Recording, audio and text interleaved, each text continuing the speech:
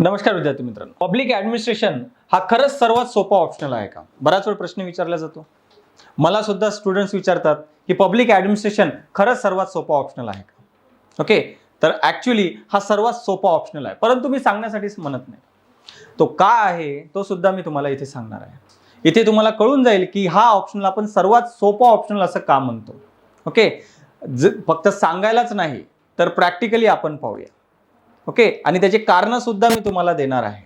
Okay, तुम्हाला स्वतःलाच वाटेल की आपल्याला जर ऑप्शनल घ्यायचं असेल तर आपल्याला पब्लिक ॲडमिनिस्ट्रेशनच ऑप्शनल घ्यायला पाहिजे, कारण हाच ऑप्शनल तुम्हाला चांगले मार्क देणार आहे आणि तुमची मेहनत वाचवणार आहे. ऑप्शनल कसा असायला पाहिजे पहा, कोणताही ऑप्शनल चूज करताना पब्लिक ॲडमिनिस्ट्रेशन म्हणूनच नाही, तुम्हाला कोणताही ऑप्शनल चूज करायचं असेल तर काही क्रायटेरियाज त्या ऑप्शनलचे तुम्हाला चेक करावे लागतात. बरोबर, इन जनरल लक्षात घ्या, तुम्ही जर सिलेक्ट करत असाल ऑप्शनल तर तुम्हाला काही क्रायटेरियाज पाहावं लागतील.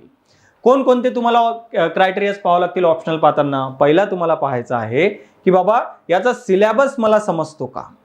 आणि पब्लिक ॲडमिनिस्ट्रेशनचा सिलेबस तर समजतो. आपला एक व्हिडिओ सुद्धा आहे, तुम्ही ज्ञानदीप अकॅडमीच्या यूट्यूब चॅनलवर जा, त्या ठिकाणी तुम्हाला पब्लिक ॲडमिनिस्ट्रेशनचा मराठी आणि इंग्लिशमध्ये सिलेबसचा पूर्ण व्हिडिओ मिटून जाईल. तुम्ही सिलेबस लक्षात घ्या, तुम्हाला सिलेबस समजतो का? समजून जाईल सिलेबस, हे गॅरंटीड आहे. त्यानंतर तुम्हाला हे चेक करायचं असते की पब्लिक ॲडमिनिस्ट्रेशन जो आहे त्याचे क्वेश्चन पेपर मला कळतात का? आता मी तुम्हाला लेक्चरच्या शेवटी एक टेलिग्राम चॅनलचा स्कॅनर देतो, तो स्कॅनर स्कॅन करून घ्या, त्या टेलिग्राम ग्रुपवर जा. त्या ठिकाणी आपला जो पब्लिक ॲडमिनिस्ट्रेशनचा टेलिग्राम ग्रुप आहे तिथे सुरुवातीला मी क्वेश्चन पेपर सुद्धा टाकलेले आहेत. तुम्ही क्वेश्चन पेपर पहा आणि सिलेबस सुद्धा टाकलेला आहे PDF फॉर्ममध्ये, तुम्हाला सिलेबस आणि क्वेश्चन पेपर दोन्ही मिळून जाईल. ते चेक करा. ते जर समजत असेल तर म्हणजे तुम्हाला ऑप्शनल कळालं आहे आणि कळून जाईल, त्याची गॅरंटीड आहे. त्यानंतर ऑप्शनल सिलेक्ट करताना तिसरी गोष्ट पाहायची असते की हा सिलेबस मोठा आहे की छोटा आहे, कारण मोठा सिलेबस असेल खूप वेळ लागणार, खूप वाचावं लागणार आहे. ठीक आहे, पहिले हे पाहावं लागेल की छोटा सिलेबस आहे का. त्यानंतर तुम्हाला हे पाहावं लागतील की मला या सिलेबसमधले कन्सेप्ट समजतात का, की मला खूप जास्त रट्टा मारायचा आहे. रट्टा मारायचा असेल मेहनत खूप जास्त आहे, कन्सेप्ट समजून घ्यायची असतील तर मेहनत कमी आहे, हे तुम्हाला पाहायचं आहे. त्यानंतर तुम्हाला हे सुद्धा पाहायचं आहे की याचे नोट्स अवेलेबल आहेत का, आणि नोट्स अवेलेबल पाहिजे तेव्हाच फायदा आहे ना. ओके, ते नोट्स आपल्याकडे अवेलेबल आहेत. ठीक आहे, आणि त्यानंतर हा सब्जेक्ट मार्क किती देतो हे सुद्धा पाहणं महत्त्वाचं आहे. आणि मार्क जर देत असेल तर त्यापेक्षा अजून चांगलं काय पाहिजे. शिवाय या सब्जेक्टची GS सोबत ओव्हरलॅपिंग किती, हा एक महत्त्वाचा मुद्दा सुद्धा तुम्हाला चेक करावा लागतो.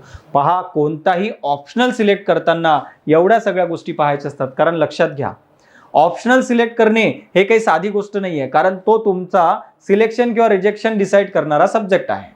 ठीक आहे, GS मध्ये ओव्हर ऑर लेस कमी जास्त प्रमाणात मुलांना सारखे मार्क पडतात. हुशार मुलांची गोष्ट करतोय मी, ज्यांनी अभ्यास केला नाही त्याला तशी मार्क पडणार नाही, परंतु जे हुशार आहेत, सिरियस कॅन्डिडेट आहेत, त्यांना GS मध्ये जवळपास वर खाली सेमच मार्क असतात.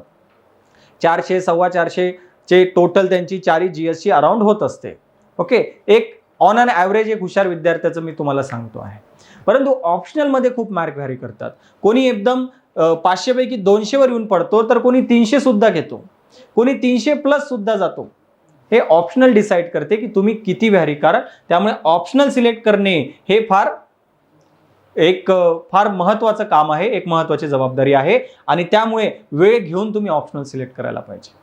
त्यामुळे इथे तुम्हाला मी पब्लिक ॲडमिनिस्ट्रेशन यासाठी सांगतो आहे, कारण तुम्हाला कळावं की आपला हा ऑप्शनल सर्वात सोपा आहे, आणि म्हणण्यासाठीच नाही, त्याचे फायदे आणि त्याची कारणे सुद्धा मी तुम्हाला इथे सांगणार की काय त्यामध्ये कारण आहेत. ओके, चला पाहूया पब्लिक ॲडमिनिस्ट्रेशन याला सर्वात सोपं ऑप्शनल का म्हणतात. मी अभिजित सर, आणि या ठिकाणी तुम्हाला माझा कॉन्टॅक्ट नंबर सुद्धा दिलेला आहे, 940 542 546 आणि 1. तुम्हाला इथे काहीही प्रॉब्लेम आला कसल्याही बाबतीमध्ये, ओके, पब्लिक ॲडमिनिस्ट्रेशनच्या कोर्सच्या बाबतीमध्ये, तरी तुम्ही मला माझ्या कॉन्टॅक्ट नंबरवर कॉन्टॅक्ट करू शकता. चला आपण समजून घेऊया की पब्लिक ॲडमिनिस्ट्रेशन हा सर्वात सोपा ऑप्शनल का आहे. पहिली गोष्ट सर्वात महत्त्वाची, सिलेबस मर्यादित आहे. पहा, दोन गोष्टी तर मी तुम्हाला ऑलरेडी सांगितल्यात की एक तर तुम्हाला सिलेबस कळतो. ओके, वाचूनच तुम्हाला सिलेबस कळून जातो. ओके, आणि त्यासाठी मी तुम्हाला टेलिग्राम चॅनल इथे दाखवेल सुद्धा. तुम्ही ते टेलिग्राम चॅनलवर जा, तिथे तुम्हाला क्वेश्चन पेपर आणि सिलेबस दोन्हीच्या PDF मिळून जातील, आणि यूट्यूबवर आपला जो व्हिडिओ आहे तो सुद्धा पहा. तुम्हाला बऱ्याचशा गोष्टी तुम्हाला कळून जातील पब्लिक ॲडमिनिस्ट्रेशनच्या. ओके, त्यामुळे सिलेबस सोपा आहे, त्याच्यानंतर काय, त्याच्यानंतर महत्वाची गोष्ट असते, सिलेबस मर्यादित आहे, लिमिटेड सिलेबस. आणि एक लिमिटेड सिलेबस असण्याचे एक भरपूर फायदे असतात. जसा की तुम्हाला वाचावं कमी लागते, कमी वाचन असते. तुम्ही इमॅजिन करा, एक मोठा जर तुम्ही एखादा खूप मोठा सब्जेक्ट घेतला, तर तुम्हाला सब्जेक्ट घेतला म्हणजे मोठे मोठे पुस्तकं वाचावं लागणार, आणि मोठे मोठे पुस्तकं वाचावं लागणार म्हणजे वेळ लागणार. हा वेळ तुमचा कॉम्प्रोमाइज कुठे होणार, जीएस मध्ये. कारण तुम्हाला फक्त ऑप्शनलच थोडी ना करायचं आहे, तुम्हाला जीएस पण करायचं आहे, आणि जीएस खूप मोठा आहे. जर तुम्ही ऑप्शनल मध्येच जर तुमचा वेळ पूर्ण जात असेल सगळं वाचण्यामध्ये, तर जीएस ची तुमची मेहनत काय, मग गेली सगळी मेहनत वाया जाईल तुमची. कारण तुम्हाला वेळच नाहीये जीएस परिपूर्ण वाचायला, प्रत्येक शब्द समजून घ्यायला. परंतु पब्लिक ऍडमिनिस्ट्रेशनचा काय फायदा आहे, सिलेबस लिमिटेड आहे, त्यामुळे वाचन अतिशय कमी लागते. कमी वाचून तुमचा भरपूर फायदा होऊन जातो. तुम्ही फार त्याला त्याचं जे नॉलेज तुम्हाला लक्षात ठेवण्याच्या गोष्टी फार कमी आहेत.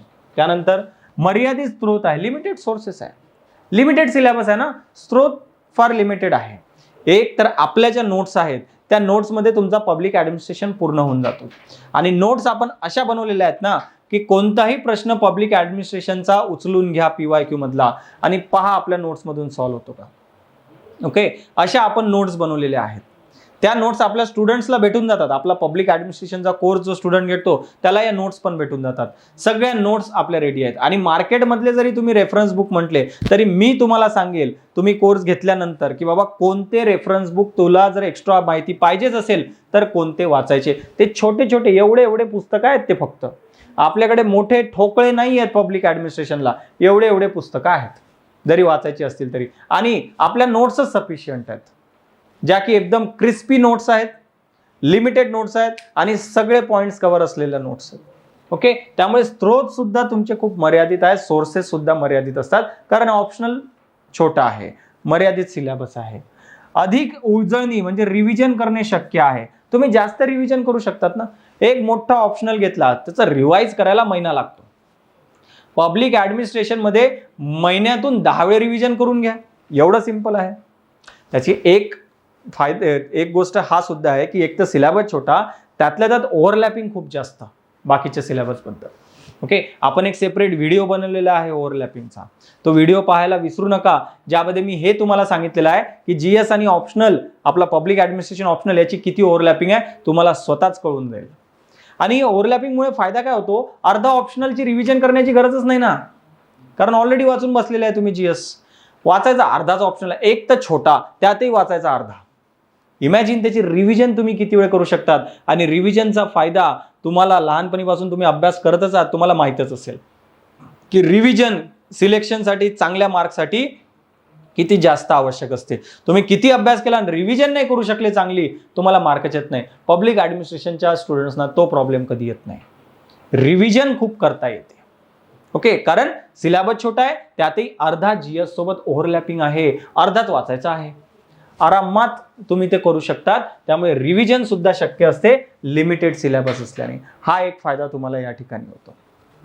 त्यानंतर अजून याला सोपं ऑप्शनल का म्हणतात, कारण विषयाचं आकलन, सब्जेक्ट अंडरस्टँडिंग खूप सोपी आहे आपल्या पब्लिक ऍडमिनिस्ट्रेशनची. ठीक आहे, संकल्पनेवर आधारित अभ्यासक्रम आहे, कन्सेप्ट बेस्ड. हे नाहीये की मला काहीतरी साल पाठ करायचे आहेत, खूप सारे कन्सेप्ट पाठ करायचे आहे, खूप सारा डेटा पाठ करायचा आहे, असं काहीही नाही. का मला खूप विचित्र विचित्र नावं पाठ करायची आहे, काहीच नाही करायचं आहे.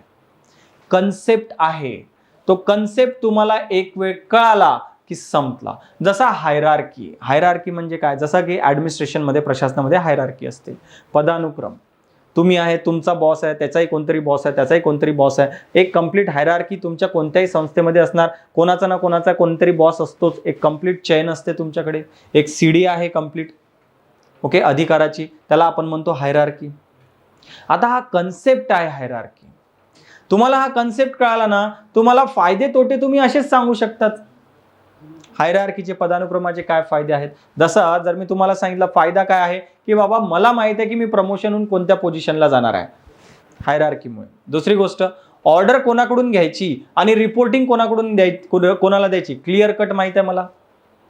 ठीक आहे, किती सोपं काम होऊन जाते. ते त्याचे तोटे काय, की बाबा विश्वास लवकर बसणे. बॉस ज्युनियरला समजतो की हा काही व्यवस्थित काम करत नाही, ज्युनियर बॉसला समजतो की बॉसला काही जमिनी लेवलच्या गोष्टी कळत नाहीत. ओके, हा त्याच्यामध्ये हायरार्कीमध्ये प्रॉब्लेम असतो. बरं, किती वेळ लागला तुम्हाला हा कन्सेप्ट समजायला? आणि हायरार्की तुम्ही असं नाही की कधी ऐकलं नसेल, पदानुक्रम कधी ऐकला नसेल किंवा पाहिलं नसेल. असेच कन्सेप्ट आहेत आपले पब्लिक ॲडमिनिस्ट्रेशनमध्ये. कन्सेप्च्युअल बेस आहे तो सब्जेक्ट, समजायला अतिशय सोपा आहे, त्यामुळे तो एक फायदा तुम्हाला होतो. आता जर तुम्हाला महिन्याभराने सुद्धा, आता मी तुम्हाला हायरार्की सांगितलं, किती सेकंद लागले मला तुम्हाला सांगायला, महिन्याभराने जरी तुम्हाला हायरार्की जर विचारलं, तुम्ही बरोबर सांगू शकतात की हां, याला म्हणतात हायरार्की, हा पदानुक्रम असतो, याचे हा फायदा आहे, हा तोटा आहे, संपला.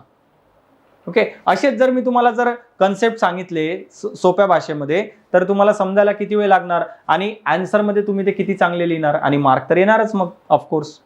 त्यामुळे कन्सेप्च्युअल बेस आहे आणि आपण आपल्या कोर्समध्ये अशाच कन्सेप्च्युअल गोष्टी समजून घेतो. ओके, कोर्समध्ये आपण ह्याच गोष्टी करतो, हळूहळू सगळं कन्सेप्ट समजून घेतो आणि कन्सेप्ट समजले की आपल्या स्टुडंट्सला आन्सर रायटिंग बिलकुल डिफिकल्ट जात नाही. आपण आन्सर रायटिंग पण घेतो, लक्षात घ्या. आन्सर रायटिंगचे ऑनलाईन आणि ऑफलाईन दोन्ही मोडमध्ये सेपरेट सेशन्स होणार आणि त्यातल्या त्यात आपण टेस्ट सिरीज सुद्धा घेतो ऑनलाईन आणि ऑफलाईन दोन्ही मोडमध्ये. ओके, त्यामुळे आन्सर रायटिंगमध्ये तुम्हाला लक्षात येईल की बाबा हा जे ओव्हरलॅपिंग आहे सब्जेक्टची, ती ओव्हरलॅपिंग हे जे कन्सेप्च्युअल अंडरस्टँडिंग आहे सब्जेक्टची, ती किती तुम्हाला महत्त्वाची आहे. ओव्हरलॅपिंगचे फायदे आहेत, समोर पाहूया. ओके, कमी स्मरण, लक्षात कमी ठेवावं लागते. का? तथ्यात्मक माहिती नाही, फॅक्च्युअल इन्फॉर्मेशन नाही आहे, फार लिमिटेड आहे. जिथे फॅक्च्युअल इन्फॉर्मेशन वाढली तिथे रट्टा मारण्याची गोष्ट लागते, इथे रट्टा मारावा लागत नाही. मेमरीचं जास्त हे नाही, कन्सेप्ट समजून घेतला, विषय संपला. जास्त मेमराईज करायचं नाहीये, जास्त लक्षात नाही ठेवायचं आहे तुम्हाला, तो फायदा तुम्हाला या ठिकाणी होणार. थर्ड, चांगल्या गुणांची हमी, ती चांगल्या मार्कांची तुम्हाला गॅरंटी भेटते, कारण सब्जेक्ट तुम्हाला कळालेला आहे. लक्षात घ्या, आता तुम्ही पहा, तुम्ही स्वतःच ॲनालिसिस करा की तुम्ही शाळेमध्ये असताना, कॉलेजमध्ये असताना एखादा कन्सेप्ट आहे, तो कन्सेप्ट तुम्हाला समजला असेल चांगला, तर तो लिहायला त्याच्यावर प्रश्न आला तर तुम्हाला किती आनंद होतो की हा मला कळालेला आहे, याच्यावर प्रश्न आलेला आहे आणि खूप चांगलं उत्तर तुम्ही लिहू शकता जो कन्सेप्ट तुम्हाला समजलेला आहे. इमॅजिन पब्लिक ॲडमिनिस्ट्रेशन हा सब्जेक्ट जर कन्सेप्टचा असेल तर, आणि जर कन्सेप्ट तुम्हाला कळाले असेल तर पूर्ण सब्जेक्टच तुम्हाला किती आवडेल आणि सब्जेक्टमधल्या कोणत्याही प्रश्नाचं उत्तर लिहायला तुम्हाला किती आवडेल. कारण काय, कन्सेप्ट कळालेला आहे. विचारू द्या कसाही प्रश्न, मला कन्सेप्ट माहित आहे. ज्या ठिकाणी फक्त तथ्यात्मक माहिती असते ना, त्या ठिकाणी प्रॉब्लेम काय होतो पहा, फॅक्च्युअल इन्फॉर्मेशनच्या ऑप्शनल्समध्ये, की जर प्रश्न फिरून आला तर उत्तर लिहिता येत नाही. कारण काय, तेवढंच पाठ केलेलं होतं.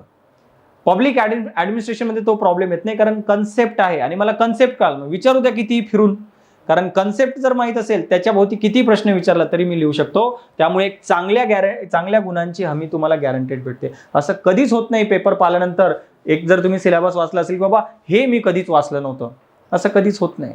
कारण लिमिटेड आहे छोटासा सिलेबस, तो तुम्ही नेहमी रिव्हिजन करणार. पेपरमध्ये असं कधी होईल का की हा या गोष्टीबद्दल मी वाचलं नव्हतं? तुम्ही वाचलेलंच आहे, सिलेबसच छोटा आहे तो. आणि त्यामुळे फायदा काय होतो, एक तर कन्सेप्च्युअल, त्यातल्या त्यात तुम्ही वाचलेलं, हमखास उत्तर येते ना तुम्हाला. ओके, तो तुम्हाला फायदा होतो. त्यामुळे चांगल्या गुणांची हमी तुम्हाला या ठिकाणी भेटते. बाकीच्या सब्जेक्ट सोबत तुमची ओव्हरलॅपिंग खूप आहे. ओव्हरलॅपिंगवर आपण सेपरेट व्हिडिओ बनवलेला आहे, कारण मला माहित आहे, मला खूप की स्टुडंट सुद्धा विचारतात की सर ओव्हरलॅपिंग किती, ते एक्झॅक्ट सांगा, कुठे कुठे आहेत ते सांगा. सेपरेट व्हिडिओ बनवून टाकला की पाहून घ्या की पब्लिक ॲडमिनिस्ट्रेशन सोबत ओव्हरलॅपिंग किती, आणि भरपूर ओव्हरलॅपिंग आहे. तुम्हाला स्वतःला कळून जाईल की पब्लिक ॲडमिनिस्ट्रेशन सोबत किती ओव्हरलॅपिंग आहे. ओके, तर ते कळण्यासाठी तुम्हाला तो व्हिडिओ पाहावा लागेल. आणि त्या ठिकाणी मी प्रत्येक सब्जेक्टमध्ये सुद्धा सांगितलेलं आहे की या सब्जेक्टमधल्या या पॉईंट सोबत आपली ओव्हरलॅपिंग आहे. तुम्हाला कळून जाईल. अर्धा पब्लिक ॲडमिनिस्ट्रेशन तर GS केला की पुन्हा वाचण्याची गरज नाही. अर्धा सिलेबस GS मध्ये होत असेल, किती फायदा झाला सांगा. वाचायचा किती आहे तुम्हाला, अर्धाच वाचायचा आहे, किती फायदा झाला. ठीक आहे, अर्धाही नाही वाचायचा मी तर सांगतो, कारण त्याच्यापेक्षा जास्त तुम्हाला ओव्हरलॅपिंग दिसते. तुम्हाला ओव्हरलॅपिंग एसे मध्ये दिसून येते. निबंध, कधी कधी पूर्ण निबंध हा एखाद्या राजकीय पैलूवर येतो, तुम्ही आरामात ते सॉल्व्ह करू शकतात. किंवा कोणताही निबंध लिहायचा असेल तर प्रत्येक निबंधामध्ये तुम्हाला राजकीय पैलू लिहावा लागतो. पब्लिक ॲडमिनिस्ट्रेशनच्या स्टुडंटपेक्षा चांगला नाही कोणी राजकीय पैलू लिहू शकते, नाही राजकीय पैलूवर आलेला संपूर्ण निबंध लिहू शकते. सर्वात बेस्ट पब्लिक ॲडमिनिस्ट्रेशनचे स्टुडंटच लिहू शकतात. नैतिकता, GS4 तर तुम्ही तसंही करणारच आहे ना. इथिक्स तुम्हाला करावंच लागते, सेपरेट सब्जेक्ट आहे. पब्लिक ॲडमिनिस्ट्रेशनच्या पेपर 1 आणि पेपर 2 मध्ये दरवर्षी इथिक्सचे प्रश्न आहेत. सिलेबसमध्ये आहे आपला इथिक्स.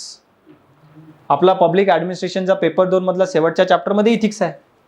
इमॅजिन, तर पेपर 1 पेपर 2 मध्ये जर इथिक्सचे प्रश्न येत असतील आणि जर तुम्ही इथिक्स सेपरेटली वाचलेला आहे, तुम्हाला पब्लिक ॲडमिनिस्ट्रेशनचे प्रश्न किती आरामात सॉल्व्ह होतील.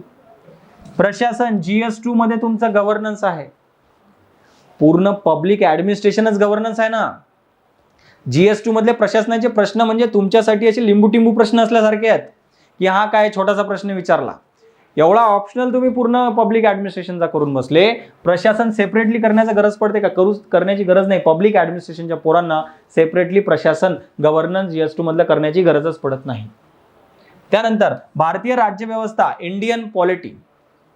इंडियन पॉलिटी आपल्या GS2 मध्ये आहे. पब्लिक ॲडमिनिस्ट्रेशनचा पेपर 2 अर्धा इंडियन पॉलिटीच आहे. केंद्र सरकार, राज्य सरकार, त्यानंतर ह्युमन राईट्स कमिशन, ह्या ज्या सगळ्या गोष्टी आहेत. त्यानंतर 73वी घटनादुरुस्ती, 74वी घटनादुरुस्ती, हा सगळा GS2 आहे ना तुमचा. अर्धा पेपर GS2चा आहे. सिलेबस पहा, लक्षात येऊन जाईल, अर्धा पेपर GS2 आहे. त्यामुळे इथे तुमची मेहनत वाचून गेली ना पूर्ण. अर्धा पेपर एक पूर्ण तुम्ही पॉलिटी तर तसंही करतच आहे ना GS साठी. पब्लिक ॲडमिनिस्ट्रेशन अर्धा पेपर GS2चा करण्याची गरज नाही. पेपर 2चा अर्धा सिलेबस करण्याची गरज नाही. इमॅजिन, ओके, किती फायदा तुम्हाला होतो पब्लिक ॲडमिनिस्ट्रेशनच्या ओव्हरलॅपिंगमुळे. भारतीय अर्थव्यवस्था GS3 2 सेपरेट चॅप्टर आहे. ओके, आपल्या पेपर 1 मध्ये सुद्धा पेपर 2 मध्ये सुद्धा. वित्तीय प्रशासन, वित्तीय व्यवस्थापन, सेपरेट 2 चॅप्टर आहेत. दोन्हीही तुमचे GS3 मध्ये कव्हर होऊन जातात. वरून जसे चॅप्टर्स जसे की public sector undertakings. Okay, public sector undertaking आहे आपला, जे सार्वजनिक उपक्रम जे आहेत, ओके, जे गव्हर्नमेंटच्या कंपन्या आहेत, तुमच्या GS3 मध्ये पण आहे ना त्या. हे सगळं GS3 मधलं सगळं पबॅड मध्ये आहे. त्यामुळे GS3 तर तुम्ही तसंही करत आहे, पबॅड मधली तुमची किती मेहनत वाचून गेली पहा. त्यानंतर GS3 मध्ये डिझास्टर मॅनेजमेंट, आपत्ती व्यवस्थापन आहे का नाही तुम्हाला? GS मध्ये आहे ना. आपत्ती व्यवस्थापन दरवर्षी तुम्हाला GS मध्ये प्रश्न असतात, करावंच लागते. अरे पब्लिक ॲडमिनिस्ट्रेशन मध्ये दरवर्षी आपत्ती व्यवस्थापन प्रश्न आहे, तोही मोठा प्रश्न. इमॅजिन, तुमचा निबंधामध्ये तुम्हाला फायदा होतो. पब्लिक ॲडमिनिस्ट्रेशनच्या इथिक्सचे प्रश्न तुम्हाला पुन्हा करण्याची गरज नाही. GS2 मधलं प्रशासन तुम्हाला करण्याची गरज नाही, कारण पब्लिक ॲडमिनिस्ट्रेशन तुम्ही तसंही करत आहात. इंडियन पॉलिटी, त्याच्यामुळे अर्धा पेपर 2 तुमचा पब्लिक ॲडमिनिस्ट्रेशनचा तुम्हाला पुन्हा वापस करण्याची गरज नाही. पब्लिक ॲडमिनिस्ट्रेशन मधले जे फायनान्सशी रिलेटेड चॅप्टर आहे ते सुद्धा तुम्हाला करण्याची गरज नाही. आणि डिझास्टर मॅनेजमेंट सुद्धा तुम्ही GS मध्ये पाहत असाल. म्हणजे GS आणि पब्लिक ॲडमिनिस्ट्रेशन हे जर तुम्ही गोष्टी व्यवस्थित सांगड घातली, तुम्हाला लक्षात येऊन जाईल 50-60% सिलेबस तर करायची गरज नाही. किती फायदा झाला माहिती आहे का तुम्हाला? हे समजू नका की करण्याची गरज नाही मग मार्क येतील का. हाच तर फायदा आहे. ओव्हरलॅपिंगमुळे करण्याची गरज पडत नाही. रिव्हिजन होते नेहमी. ते मोठ्या ऑप्शनला होत नाही. इमॅजिन, तुम्ही एखादा असा सब्जेक्ट घ्या GSचा आणि एखादा असा सब्जेक्ट घेऊन टाका मॅथमॅटिक्स सारखा. त्या GSचा आणि मॅथमॅटिक्सचा काहीच संबंध नाही. याचा तोटा काय होईल माहिती आहे का तुम्हाला? GS पूर्ण वेगळं करा आणि ऑप्शनल पूर्ण वेगळा करा. ना धड तुम्ही ऑप्शनल करू शकणार, ना धड तुम्ही GS करू शकणार. सिलेबस एवढा मोठा असतो. त्यामुळे ऑप्शनल असाच असायला पाहिजे ज्याची ओव्हरलॅपिंग खूप जास्त आहे GS सोबत. आणि पब्लिक ॲडमिनिस्ट्रेशन हा असा ऑप्शनल ज्याची ओव्हरलॅपिंग खूप जास्त आहे, ज्यामुळे तुमची मेहनत वाचते आणि दोन्हीकडे चांगले मार्क घेण्यासाठी तुम्हाला फायदा होतो. त्यामुळे ओव्हरलॅपिंग सुद्धा तुम्हाला खूप महत्त्वाची असते आणि त्याचमुळे आपण म्हणतो हा सर्वात सोपा ऑप्शनल आहे. ठीक आहे का? Overlapping, syllabus limited, conceptual understanding. Okay, त्यामुळे सर्वात सोपा ऑप्शनल जे पब्लिक ॲडमिनिस्ट्रेशनला लोक म्हणतात ते अतिशय खरी गोष्ट आहे. आणि आपण तो अजून सोपा करून दाखवतो. आपला जो पब्लिक ॲडमिनिस्ट्रेशनचा जो कोर्स आहे त्यामध्ये गोष्टी आपण आहे त्याच्यापेक्षा सोप्या करून सांगतो. कन्सेप्ट समजून सांगतो. सिंपल गोष्ट आहे. इथे काही खूप रॉकेट सायन्स नाही आहे. मी तुम्हाला शिकवताना कन्सेप्ट शिकवतो आणि कन्सेप्ट शिकवले की मला माहित आहे विद्यार्थी कसलाही प्रश्न सोडवू शकतो. मी जर तिथे रट्टा मारायला सांगितला तर मग काही फायदा नाही. कन्सेप्ट शिकवले की मग तुम्हाला काही टेन्शन नाही, कारण तुम्हाला त्या गोष्टी फार सिंपल वाटायला लागतात. ओके, आणि त्यासाठीच आपला ऑफलाईन आणि ऑनलाईन दोन्ही कोर्सेस आहेत पब्लिक ॲडमिनिस्ट्रेशनचे. आपला ऑफलाईन कोर्स जो आहे तो येत्या 7 जुलैपासून चालू होत आहे. तुम्ही जर पुण्यामध्ये असाल तर तुम्ही ऑफलाईन कोर्स जॉईन करू शकता. लवकरात लवकर ॲडमिशन घ्या. ॲडमिशन ऑलरेडी सुरू झालेले आहे. ओके, आणि जर तुम्हाला ऑफलाईन करणे शक्य नसेल तर ज्ञानदीप ऑप्शनल या ॲपवर तुम्ही ऑनलाईन कोर्स घेऊ शकता. ओके, तिथे ऑलरेडी रेकॉर्डेड लेक्चर्स तुम्हाला रेकॉर्डेड फॉर्ममध्ये मिळतील. ॲप डाउनलोड करा, पब्लिक ॲडमिनिस्ट्रेशन सिलेक्ट करा. त्या ठिकाणी मराठी आणि इंग्लिश दोन्ही मीडियममध्ये तुम्हाला कोर्स भेटणार. आपला ऑनलाईन मराठी आणि इंग्लिश दोन्ही मीडियममध्ये आहे. तुम्ही ते स्वतः ऑप्शनल कोर्स त्या ठिकाणी तुम्हाला तिथे सिलेक्ट करा. आपल्या सब्जेक्टनुसार तिथे लेक्चर्स तुम्हाला भेटतील, डेमो लेक्चरसुद्धा भेटून जातील. तिथे तुम्ही तो कोर्स घ्या. आणि या दोन्ही बेनिफिट्स, या दोन्ही कोर्समध्ये तुम्हाला कॉमन बेनिफिट्स आहे. लेक्चर्स आहेत, तुम्हाला नोट्ससुद्धा मिळणार, ऑनलाईन ऑफलाईन दोन्हीकडे तुम्हाला नोट्स भेटणार आहेत. ओके, ऑनलाईन मोडमध्ये तुम्ही ॲपवरून नोट्स डाउनलोड पण करू शकतात. ओके, त्यानंतर तुम्हाला मेंटरशिपसुद्धा मिळेल माझी. मी ऑल टाईम अवेलेबल आहे आपल्या स्टुडंटसाठी. माझा कॉन्टॅक्ट नंबर जो आहे 940 542 546 आणि 1, यावर तुम्ही कधीही कॉल करा, मेसेज करा. मी आपल्या स्टुडंटसाठी नेहमी अवेलेबल असतो. ॲन्सर रायटिंगचे आपले सेपरेट सेशन आहे. तुम्ही ऑनलाईन कोर्समध्ये त्या ॲपवर चेक करा, आपल्या ॲन्सर रायटिंगचे सेपरेट सेशन तुम्हाला दिसतील. आपले ॲन्सर रायटिंगचे सेशनसुद्धा सेपरेट आहेत. ओके, त्याचा फायदा तुम्हाला ऑफकोर्स होणार. आणि आपण टेस्ट सिरीजसुद्धा घेतो. ऑनलाईन मोडमध्ये सुद्धा टेस्ट सिरीज प्रोव्हाइड केली जाते, ऑफलाईन मोडमध्ये तर ऑफकोर्स केलीच जाते. ओके, हे फायदे होतात. या ठिकाणी आपला टेलिग्राम चॅनलचा स्कॅनर आहे, इथे जा. या ठिकाणी तुम्हाला सिलेबस मिळेल, त्यानंतर तुम्हाला क्वेश्चन पेपर भेटतील आणि भरपूर अजून public administration related mind maps वगैरे सगळं तुम्हाला याच्यावर भेटून जाईल, या आपल्या टेलिग्राम चॅनलवर. आणि हे इंस्टाग्राम चॅनलचा आपला कोड आहे, इथे तुम्ही मला कनेक्ट होऊ शकता. ओके, अशा सोप्या भाषेमध्ये आणि असाच हा आपला सर्वात सोपा ऑप्शनल आपण इथे समजून घेतो. ओके, अशाच बऱ्याचशा मजेदार गोष्टी आपल्याला पब्लिक ॲडमिनिस्ट्रेशनबद्दल अजून समजून घ्यायच्या आहेत. ऑलरेडी आपली लेक्चर सिरीज पब्लिक ॲडमिनिस्ट्रेशनची यूट्यूबवर आहेच, ते सुद्धा तुम्ही पाहून घेऊ शकता. तुम्हाला सरळ स्वतःच कळून जाईल की किती हे जे कन्सेप्ट्स आहेत पब्लिक ॲडमिनिस्ट्रेशनचे किती सोप्या भाषेमध्ये तुम्हाला समजत आहेत. यूट्यूबवर आपली ऑलरेडी सिरीज आहे, तुम्ही ते पाहू शकता. ओके, भेटूया कोर्स घेतल्यानंतर आणि यूट्यूबवर आपल्या सिरीजनुसार. ओके, धन्यवाद.